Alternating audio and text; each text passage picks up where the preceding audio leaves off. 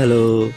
പ്രസിദ്ധമായ തിരുവാരാണിക്കുളം മഹാദേവ ക്ഷേത്രത്തിലെ ദേവിയുടെ നടത്തുറപ്പ് മഹോത്സവത്തിന് നിങ്ങളെല്ലാവരും വന്നിരുന്നോ?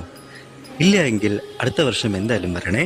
ധനുമാസത്തിലെ തിരുവാതിര നാളിൽ തുടങ്ങി 12 ദിവസമാണ് ദേവിയുടെ നട തുറന്നിരിക്കുന്നത്. സർവാഭരണ വിഭൂഷിതയായ പട്ടുസാരി ഞുറിഞ്ഞുകൊടുത്ത ദേവിയുടെ പൂർണ്ണകായ രൂപമാണ് നമുക്ക് ഈ 12 നാളുകളിൽ ദർശിക്കാനാകുക.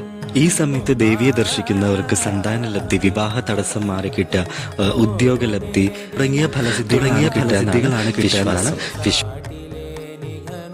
ദർശനമെല്ലാം കഴിഞ്ഞെത്തുമ്പോൾ നമുക്ക് അന്നദാനമുണ്ട്. നല്ല കഞ്ഞിയും പുഴുക്കും അച്ചാറും ഒക്കെ ആയിട്ട് നല്ല സാറ്റിസ്ഫാക്ഷൻ ആയിരുന്നു അത് കഴിച്ചു കഴിഞ്ഞപ്പോൾ.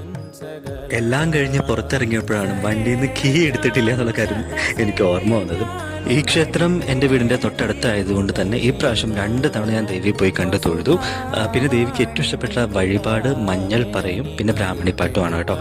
അപ്പോൾ നിങ്ങൾക്ക് എന്തെങ്കിലും ഒരു അവസരം കിട്ടുകയാണെങ്കിൽ എന്തായാലും അടുത്ത വർഷം വന്ന് കാണുക, അനുഗ്രഹം തേടുക. മറ്റൊരു വീഡിയോയുടെ കാണാം. ബൈ.